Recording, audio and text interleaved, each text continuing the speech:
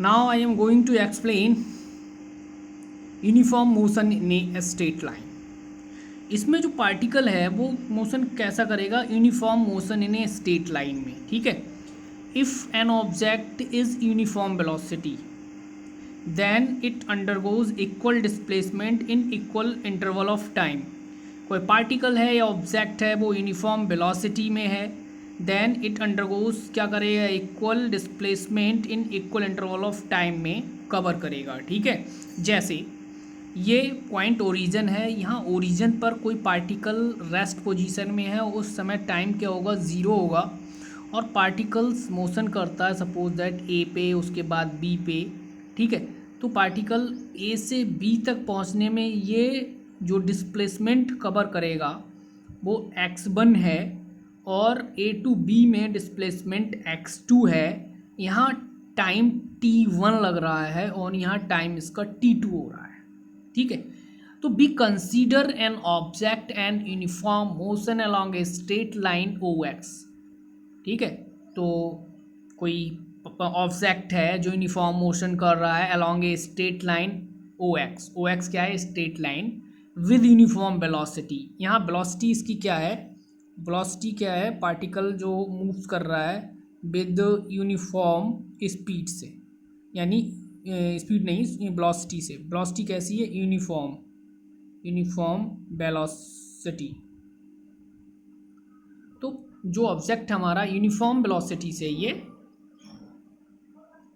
Motion कर रहा है। ठीक है, तो let A and B the position of the object at the instant of time t1 and t2 respectively.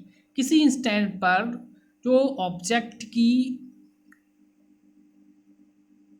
Time है ए एंड बी पर क्या है, t1 एंड t2 है। ठीक है, तो ओ ए कितना लिया है हमने, ओ ए, ये अब वेक्टर क्वांटिटी है वेलोसिटी, तो ओ ए और इसकी डायरेक्शन क्या है ये।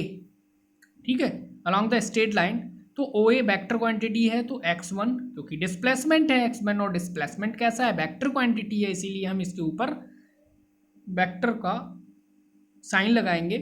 नेक्स्ट चैप्टर नंबर जो इससे नेक्स्ट चैप्टर नंबर 4 है उसमें हम वेक्टर की स्टडी करेंगे। ओ बी भी क्या है, x2। ठीक है, तो टाइम इंटरवल डेल्टा टी निकाल लेंगे। टाइम इंटरवल क्या होता है, change in time t2 minus t1। ठीक है, टाइम में चेंज क्या है, t2 माइनस t1। तो वेलोसिटी इक्वल होता है डिस्प्लेसमेंट अपॉन टाइम, यानी कि जो डिस्प्लेसमेंट क्या है हमारे पास, तो डिस्प्लेसमेंट हुआ x2 माइनस x1। ठीक है, तो डिस्प्लेसमेंट का फार्मूला आ जाएगा यहाँ से, इसे हम लिख सकते हैं डेल्टा x और इसे लिख सकते हैं डेल्टा t। ठीक है, तो वेलोसिटी का जो फार्मूला आ जाएगा delta x upon delta t। अब b कहीं भी लिखेंगे तो b इक्वल हम D x, delta X upon delta T, और अगर लिमिट लगा देंगे तो इसे D X upon D T भी लिख सकते हैं। ठीक है, विद लिमिट लगाकर चेंज करेंगे तो D X upon D T भी लिख सकते हैं। तो note the average and instantaneous velocity have same in uniform motion, दोनों ही सेम होती हैं। Non-uniform motion, an object is said to be non-uniform motion if it undergoes equal displacement in equal interval of time. The velocity of object is different at different instant। जैसे variable velocity, variable velocity क्या होती है, an object is said to be moving with a variable velocity. तो if either its speed or its direction of motion both change with time.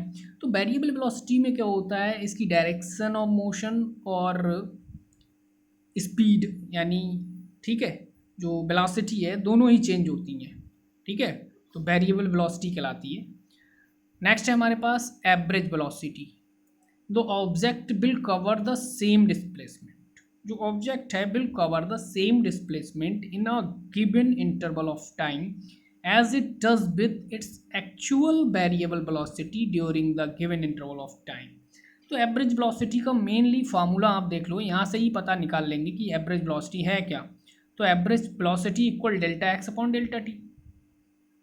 ठीक है, जब object क्या करता है, कवर करता है सेम डिस्प्लेसमेंट को इन ए गिवन इंटरवल ऑफ टाइम में, तो it does with its actual variable velocity during the given interval time में। ठीक है, नेक्स्ट है इंस्टेंटेनियस वेलोसिटी। तो इंस्टेंटेनियस वेलोसिटी का मतलब है वेलोसिटी एट एनी इंस्टेंट, ठीक है। मतलब वेलोसिटी इंस्टेंटेनियस को हम क्या करेंगे, लिमिट लगा देंगे delta X upon delta P, T पर तो D X upon D T, जो D X upon D T ये बन जाएगा, ठीक है, यही हमारी क्या है इंस्टेंटेनियस वेलोसिटी है। Delta X upon delta T क्या है हमारे पास, ठीक है, ये इंस्टेंटेनियस वेलोसिटी नहीं है। D X upon D T की फॉर्म में क्या है हमारे पास instantaneous velocity. So the instantaneous velocity of an object at a given instant is defined as the limit of average velocity as time interval at tt. तो velocity instantaneous limit delta t to 0 dx upon delta t, यानी delta X upon delta T equal D X upon D T, ठीक है, D upon D T x, यानी ये differentiate form है। The instantaneous velocity of an object at a given instant is the first derivative of displacement with respect to time that instant. Okay? तो next video में हम बात करेंगे acceleration motion की, uniform acceleration motion की।